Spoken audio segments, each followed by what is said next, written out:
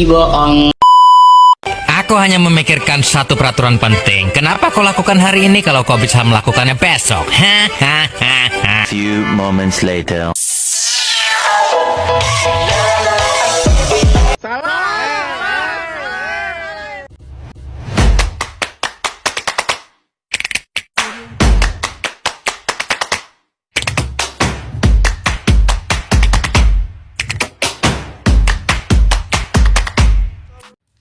Assalamualaikum warahmatullahi wabarakatuh. Perkenalkan, nama saya Ferawati dengan NIM C20122229. Baik, tujuan saya dalam pembuatan video ini yaitu untuk memenuhi tugas UAS mata kuliah perilaku organisasi dari dosen saya atas nama Ibu Dr. Andes Andi Indriani SEMM. Baik, untuk mempersingkat waktu, langsung saja di sini saya akan memaparkan materi tentang komunikasi dalam organisasi. Selamat menyaksikan. Apa sih itu komunikasi? Jadi, menurut Onong, istilah komunikasi atau dalam bahasa Inggris itu disebut dengan communication, berasal dari bahasa Latin yakni communicatio dan bersumber dari kata komunis yang berarti sama. Jadi, sama di sini maksudnya itu adalah sama makna. Oleh sebab itu, komunikasi akan terjadi selama ada kesamaan makna mengenai apa yang menjadi bahan perbincangan. Baik, adapun paradigma Lasswell yang menunjukkan bahwa komunikasi itu meliputi 5 unsur. Jadi yang pertama itu ada komunikator. Jadi komunikator ini tuh orang yang menyampaikan pesan atau informasi.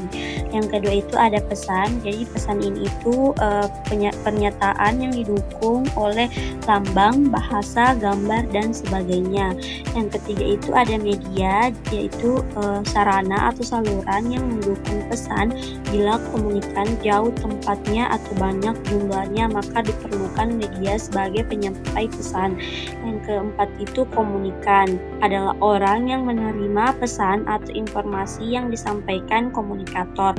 Yang kelima itu ada efek, adalah dampak sebagai pengaruh dari pesan. Baik, adapun fungsi komunikasi. Jadi fungsi komunikasi ini tuh dibagi menjadi 4 fungsi menurut Bangun 2012. Jadi yang pertama itu ada fungsi pengawasan, yang kedua itu sebagai motivasi, yang ketiga itu fungsi pengungkapan emosi, terus yang terakhir itu ada fungsi informasi. Jadi di sini ada peran komunikasi. Jadi peran komunikasi ini itu dalam organisasi sangat vital karena berfungsi sebagai alat untuk menghubungkan berbagai elemen yang ada di dalamnya. Jadi di sini beberapa peran utama komunikasi dalam organisasi. Yang pertama itu ada menyampaikan informasi, yang kedua itu koordinasi kegiatan, yang ketiga itu peningkatan kerjasama, yang keempat itu pengambilan keputusan, yang kelima itu ada motivasi dan kepemimpinan, yang keenam itu penyelesaian konflik, dan yang terakhir itu ada perubahan dan inovasi. Baik, adapun faktor pendorong komunikasi. Jadi faktor pendorong komunikasi ini tuh terbagi menjadi 6. Yang pertama itu ada keterbukaan, itu keinginan untuk berbagi informasi secara terbuka dan jujur mendorong aliran komunikasi yang lancar. Yang kedua itu ada kepemimpinan efektif, yaitu pemimpin yang mampu menyampaikan pesan dengan jelas. Terus yang ketiga itu keterampilan komunikasi, yaitu penguasaan keterampilan komunikasi verbal dan non-verbal oleh anggota organisasi. Yang keempat itu kepercayaan, yaitu individu dalam organisasi atau kelompok akan memperlancar komunikasi. Yang kelima itu teknologi, yaitu kemajuan teknologi seperti email, aplikasi pesan instan, dan platform kolaborasi online. Terus yang terakhir itu ada keterlibatan emosional, yaitu ketika individu merasa terlibat secara emosional dengan pesan yang disampaikan. Adapun faktor penghambat komunikasi, yang pertama itu perbedaan persepsi dan interpretasi, yang kedua hambatan bahasa, yang ketiga gangguan fisik, yang keempat emosi negatif, yang kelima stereotip dan bias, yang keenam kurangnya keterampilan dan mendengarkan, yang ketujuh beban informasi. Baik, adapun model komunikasi efektif. Jadi model ini adalah representasi simbolis dari suatu benda, proses, sistem, atau gagasan. Model ini dapat berbentuk gambar, gambar grafis, verbal, atau matematikal. Baik, selanjutnya itu ada komunikasi antar budaya. Jadi komunikasi antar budaya ini itu dia merujuk pada pertukaran informasi, ide, dan pesan antara individu atau kelompok yang berasal dari latar belakang budaya yang berbeda.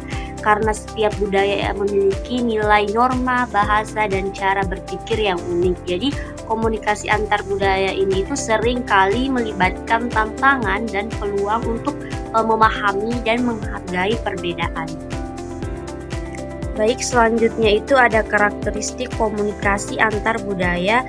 Yang pertama itu ada perbedaan dalam nilai dan norma, yang kedua itu bahasa verbal dan non-verbal, yang ketiga itu perbedaan dalam konteks komunikasi, yang keempat itu ada pendekatan terhadap waktu, yang kelima itu ada perbedaan dalam pendekatan terhadap kekuasaan dan hierarki, yang keenam itu perbedaan dalam pendekatan terhadap konflik, dan yang ketujuh itu ada penggunaan gaya komunikasi formal versus informal.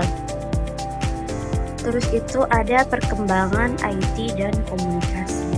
Jadi perkembangan teknologi informasi atau TI telah membawa perubahan besar dalam cara kita berkomunikasi, baik secara pribadi maupun dalam konteks organisasi.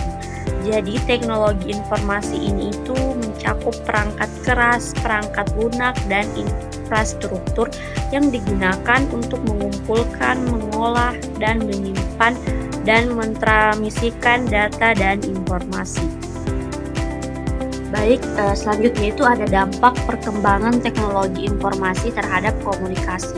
Jadi yang pertama itu ada akses informasi yang cepat dan mudah, yang kedua itu komunikasi global, yang ketiga itu ada multimedia dan interaktivitas, yang keempat itu ada peningkatan kolaborasi, yang kelima itu ada penggunaan media sosial untuk komunikasi massa, dan yang keenam itu ada keterbukaan dan transparansi.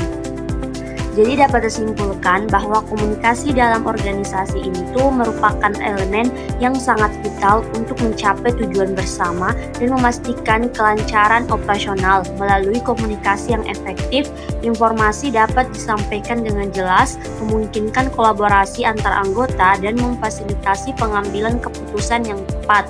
Komunikasi ini tuh berfungsi untuk mengintegrasikan berbagai tugas dan memotivasi karyawan sehingga menciptakan lingkungan kerja yang produktif. Model-model komunikasi yang telah dibahas memberikan kerangka kerja untuk memahami bagaimana komunikasi itu berlangsung dalam berbagai konteks. Model-model ini itu menunjukkan pentingnya umpan balik dan interaksi dalam memastikan bahwa pesan diterima dan dipahami dengan baik. Jadi teknologi tidak hanya mempercepat aliran informasi, tetapi juga membuka peluang baru untuk kolaborasi.